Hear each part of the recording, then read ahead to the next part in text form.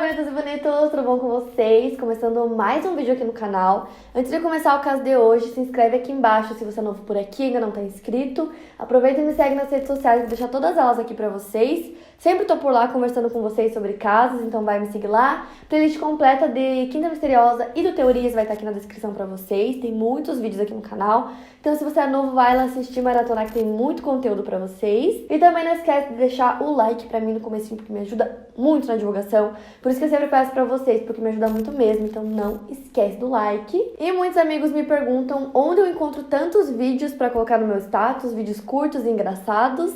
Então hoje eu quero dar uma dica pra vocês, que é o aplicativo Zap Status, que é o que eu uso. E nele você pode baixar e compartilhar vários vídeos pra colocar no seu status. Então eles têm várias categorias, memes, indiretas, tipografia, enfim, tem várias. E com isso é muito mais fácil encontrar exatamente o tipo de vídeo que você procura lá pelas categorias. E o mais legal é que você pode baixar e compartilhar diretamente no aplicativo. E também dá pra compartilhar no WhatsApp. E o mais legal é que tá acontecendo o desafio Quiz de Música no Zap Status. E o vencedor pode levar para casa um Samsung S9 e também créditos de até 1.200 no total. E para participar é muito fácil, é só baixar o aplicativo Zap, abrir o aplicativo e clicar na imagem Quiz de Música que vai aparecer lá na página inicial. E aí vai começar o jogo, você vai assistir o vídeo da música e vai ter algumas opções para você, então você escolhe qual delas você acha que é a correta. Então cada participante tem 3 chances por dia e quanto mais você acertar, mais chances você tem de ganhar. E se você perder suas 3 chances, você pode compartilhar com seus amigos, que aí você vai ganhar chances extras.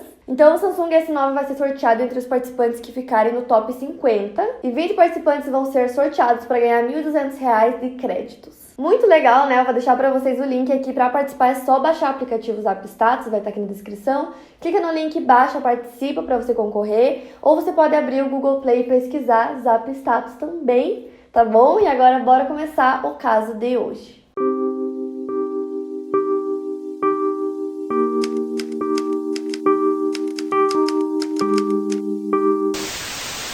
E hoje eu trouxe pra vocês um caso que eu conheço já há muito tempo e já queria trazer pra vocês, que é sobre as crianças Beaumont. Então seus pais eram Grant Jean Beaumont e a sua esposa Nancy Beaumont. Eles se casaram em dezembro de 1955 e o casal teve 3 filhos. A primeira foi a Jane Arthur Beaumont, que nasceu no dia 10 de setembro de 1956 e na época do caso ela tinha 9 anos. Depois veio a Anna Kathleen Beaumont, que nasceu no dia 11 de novembro de 1958 e tinha 7 anos. E por último o Grant Ellis Beaumont, que nasceu no dia 12 de julho de 1961 e tinha 4 anos de idade quando esse caso aconteceu. Todos eles moravam no subúrbio de Adelaide, que ficava próximo de Glenelg Beach, que era uma praia bem popular entre as crianças e jovens. Eles costumavam frequentar aquele local, muitas vezes sem a companhia dos pais. Lembrando que, né, tudo isso aconteceu nos anos 60, então era muito comum.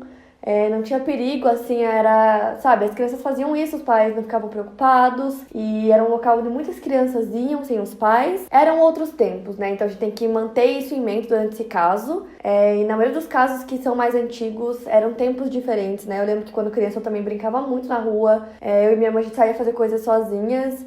E assim, era normal, muitas crianças faziam isso, hoje em dia já, isso não acontece mais. E aí no dia 25 de janeiro de 1966, o Jim, né, o pai, levou as 3 crianças pra essa praia, deixou as crianças lá e foi pra uma cidade próxima fazer uma pequena viagem. Essa cidade era Snowtown. E aí a irmã mais velha, né, das crianças, a Jane, que tinha 9 anos, ficou responsável pelos outros 2. Então eles ficaram lá na praia, depois foram pra casa e aí no dia seguinte, dia 26 de janeiro, as 3 crianças pediram pra mãe pra ir à praia de novo. Eles queriam ir de novo, tava muito quente, né, verão, muito calor, e aí a mãe deixou eles irem e ela deu dinheiro para que eles pudessem pegar o ônibus, ir pra praia e também comer alguma coisa lá. E também é muito importante contar pra vocês que a Jane, a irmã mais velha, ela era muito responsável, era muito inteligente. Então ela sempre teve isso de cuidar dos irmãos, sempre cuidou muito bem deles. Ela nunca desobedecia os pais, então eles sempre ensinavam, por exemplo, não conversa com estranhos, essas coisas, e ela sempre obedecia tudo. Sempre cuidou dos irmãos, então os pais se sentiam muito seguros de deixar que os dois mais novos ficassem na companhia da irmã mais velha, porque ela cuidaria bem deles, isso já tinha acontecido muitas vezes, então era uma coisa normal. Então a Jane, a Arna e o Grant pegaram o ônibus pra ir pra praia às 8h45 da manhã, a praia ficava bem perto da casa deles, então de ônibus levava tipo 5 minutos pra chegar, e eles combinaram com a mãe que voltariam pra casa ao meio-dia, no máximo às 2 da tarde, e aí eles foram e a mãe ficou esperando pelas crianças, né, no horário combinado que era a partir do meio-dia eles não apareceram, 1h não apareceram, 2 da tarde também não apareceram. E naquele dia a mãe tinha um compromisso também, então ela só achou que na verdade as crianças decidiram não ficar mais porque tava muito legal, não queriam vir embora. E aí ela foi no ponto de ônibus que eles costumavam descer, que era perto da casa deles, ficou esperando por lá. Os ônibus passaram e nada das crianças, então ela começou a se preocupar. O pai, o Jim, voltou mais cedo da viagem, ele chegou em casa às 3 da tarde. E aí, né, ela contou pra ele que as crianças ainda não tinham voltado, ele pegou o carro, foi até a praia e começou a procurar pela praia pelas crianças. Procurou muito, não achou nenhum deles lá. Então ele volta pra casa, busca a esposa dele, os dois começam a procurar pela praia, pela rua, pela vizinhança, na casa de amigos próximos que as crianças poderiam ter ido, mas não encontraram nada, ninguém sabia de absolutamente nada, as crianças simplesmente desapareceram. Por volta das 5 e pouco da tarde, eles foram até a delegacia para relatar o desaparecimento das 3 crianças. E a polícia agiu muito rápido nesse caso, então logo tinham muitos policiais já procurando pelas crianças por toda parte. Eles mandaram equipes pra praia pra buscar lá no mar, em toda a praia, então eles andaram por tudo atrás das crianças. Então só pra vocês terem uma ideia de como era uma coisa muito incomum na época, em menos de 24 horas, tipo, a cidade inteira já estava ciente daquele desaparecimento, todo mundo já estava atrás das crianças. E a busca pelas crianças Beaumont acabou se tornando uma das maiores da Austrália. Então como o caso ficou muito gigante, muito rápido, assim, pouco tempo começaram a aparecer as primeiras testemunhas. A primeira delas disse que viu as crianças e elas estavam juntas e que ela até conversou com as crianças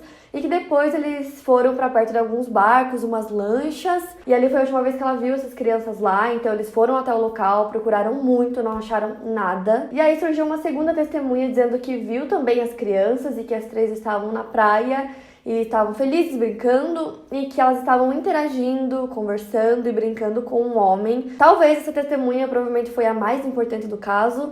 Ela disse que esse homem tinha 30 e poucos anos, era bem alto, magro e loiro. E essa mesma mulher contou que depois de um tempo as crianças foram se trocar e esse homem também foi se trocar e elas ficaram esperando por ele. E por conta disso, pelas crianças conversarem com ele, esperarem por ele e tal, a moça não achou que aquilo era esquisito, porque ela achou que eles conheciam aquele homem. Ela disse que ela achou o homem em si esquisito, mas que as crianças pareciam estar à vontade perto dele.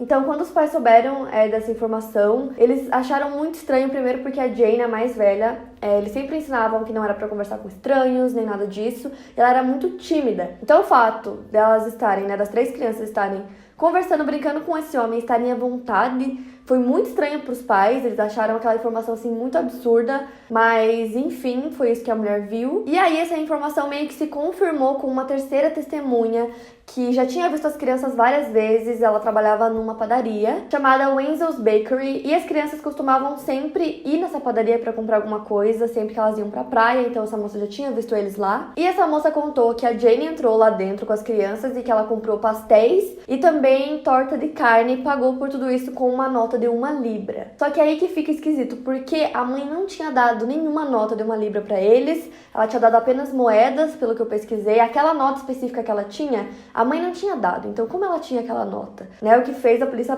pensar que alguma pessoa deu pra ela aquele dinheiro. E além disso, as crianças não costumavam pedir essa torta de carne nunca.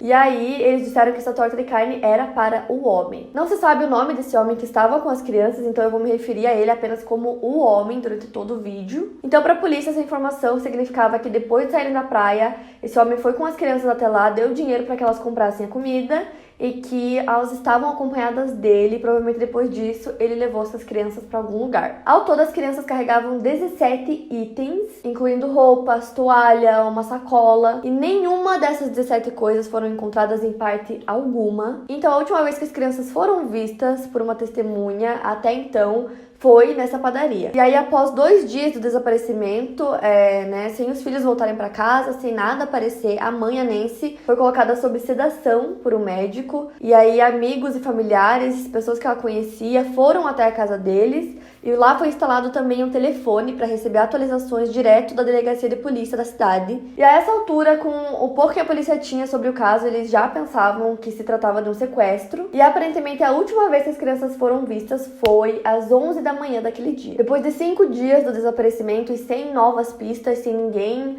ir até a polícia relatar nada relevante sobre o caso, sem as crianças serem vistas por ninguém, o Jim foi até a TV para fazer um apelo nacional. E aí ele começou a chorar muito. Ele pediu que, por favor, quem estivesse com os filhos dele, que devolvessem os filhos, que eles estavam desesperados. E como eu disse, o caso já estava muito grande, então com isso na mídia ficou ainda maior, as pessoas realmente estavam se empenhando o máximo, mas nada aparecia. Então surgiu mais uma ou outra testemunha, teve também um carteiro que conhecia as crianças e viram eles, mas nenhuma dessas informações levou a nada que ajudasse a polícia a encontrar as crianças. Então os dias foram passando, os meses foram passando, até que uma mulher resolveu ir até a polícia para dar uma informação. E ela disse para a polícia que viu um homem com 3 crianças, 2 meninas e um menino entrando em uma casa que ficava próxima à casa dela, e que essa casa ela achava que estava abandonada. Então ela achou esquisito porque ela até então achava que ninguém morava lá. Mas como ela demorou muito para ir até a polícia, quando eles chegaram lá já não tinha mais nada. E também não se sabe por que ela demorou tanto para ir até a polícia para relatar isso que ela viu. E a essa altura na Austrália o caso já estava gigante, porque como eu disse, não era comum desaparecimentos por lá. E apesar da polícia, investigadores e todo o empenho das pessoas, da mídia, todo mundo em busca das crianças,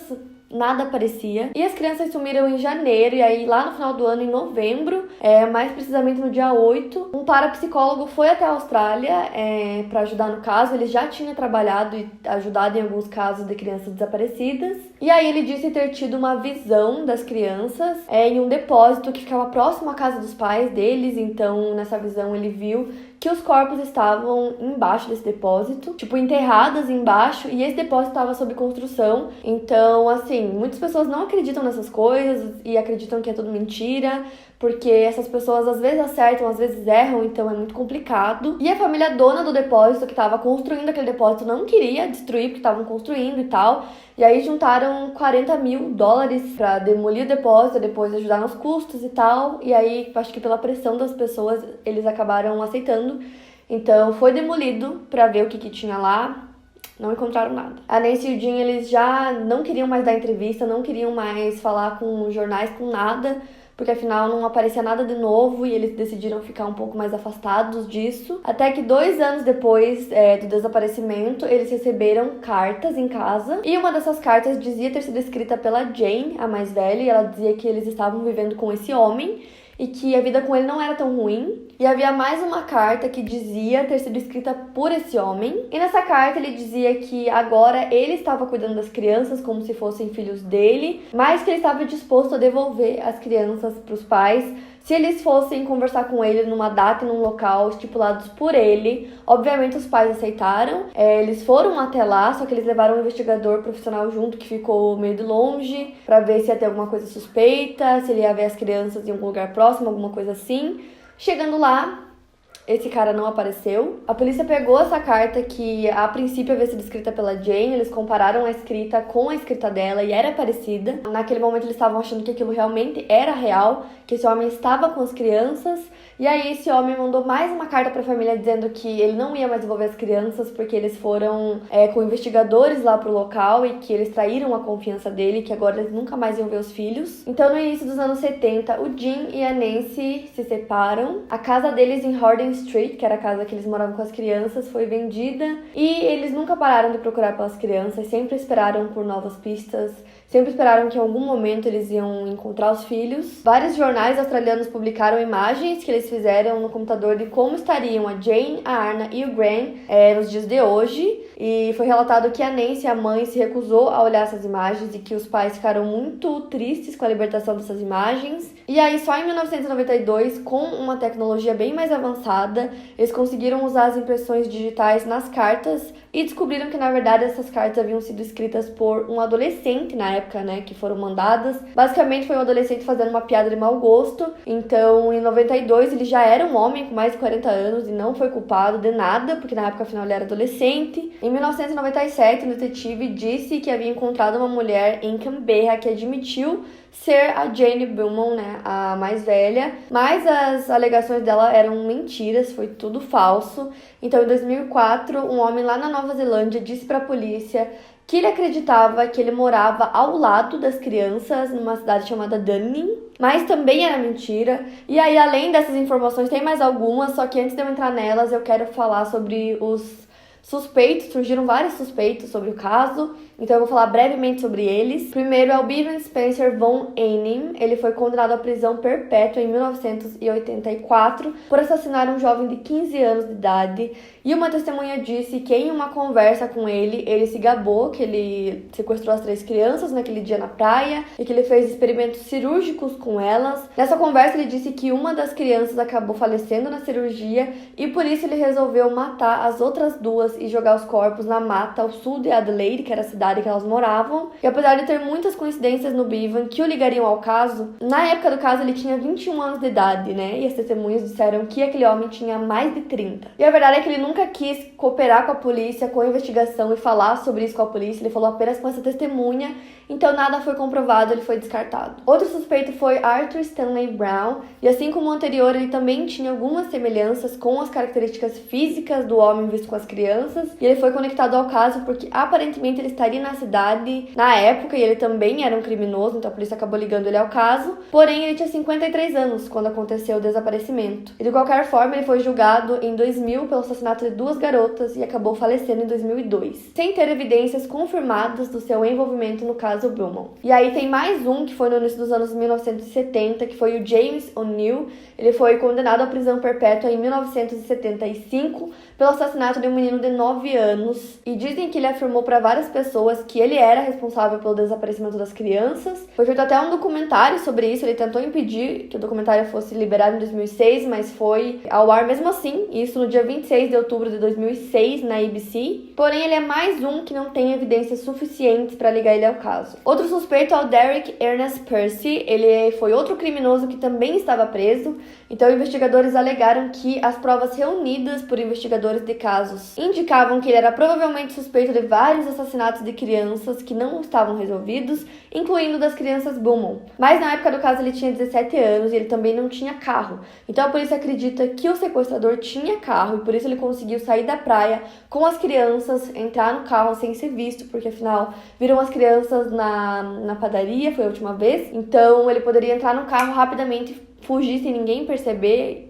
As pessoas podiam achar que era apenas o pai com as crianças, então ninguém anotou placa de carro nem nada, então ele foi descartado também como suspeito. Também tem o Alan Anthony Munro. Ele foi um empresário que confessou ser culpado de 10 crimes sexuais contra crianças. Então por esses crimes ele foi condenado a 10 anos de prisão e ele já havia sido investigado pela polícia antes, mas também nenhuma evidência foi encontrada de que ele realmente estivesse envolvido no caso. Então todos esses que eu contei pra vocês foram criminosos que foram ligados ao caso de alguma maneira, mas que nenhum deles teve nada assim concreto para realmente ser conectado ao caso. Ou seja, nenhum deles foi acusado pelo assassinato das crianças. E aí, entre os suspeitos, tem um que eu deixei pro final porque ele é o que mais tem informações sobre e que é uma coisa que tá acontecendo até hoje, então eu acho que ele é o mais possível de ter alguma coisa a ver com o desaparecimento das crianças. E ele é o Harry Phipps, eu não sei se é assim que pronuncia. Em 2013 foi feito um livro chamado The Satin Man, que alegava que o Harry é o homem responsável pelo desaparecimento. O Harry era conhecido por ter interesse em crianças e o filho dele, que se chama Hayden,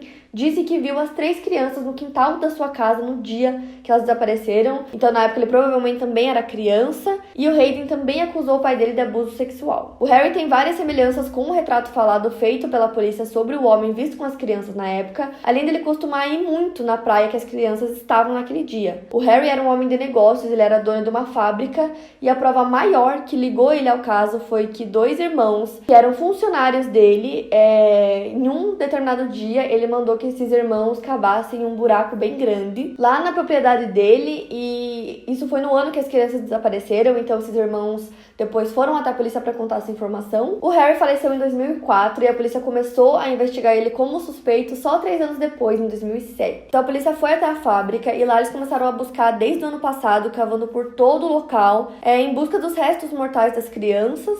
E lá eles encontraram vários locais que pareciam remexidos, assim.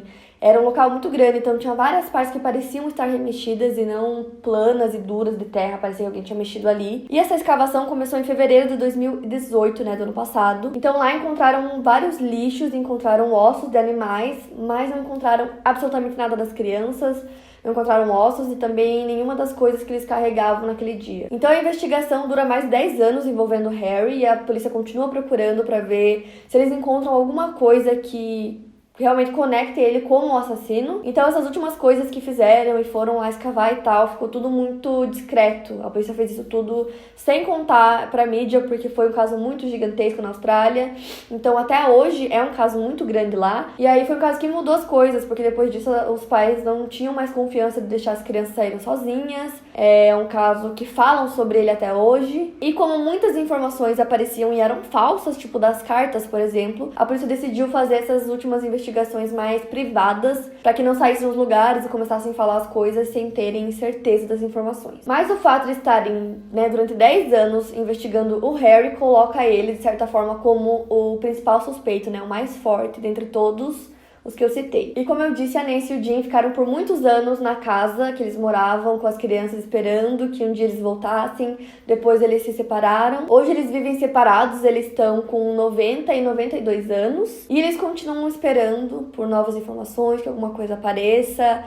Toda essa história da escavação. E desde 2016, quando completaram 50 anos desde o desaparecimento, a polícia da Austrália do Sul informa que até hoje eles recebem uma ligação a cada 4 dias falando sobre o caso. Vários livros foram escritos.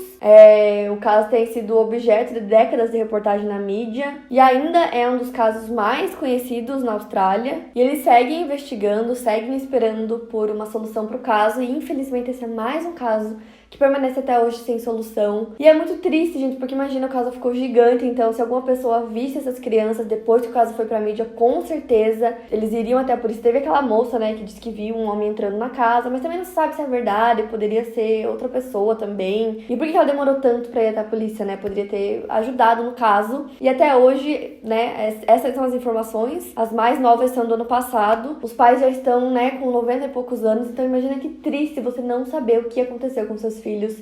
Esses casos, assim, deixa a gente com tanta dúvida e com tanta questão na cabeça, pensando, cara, não é possível, o que aconteceu?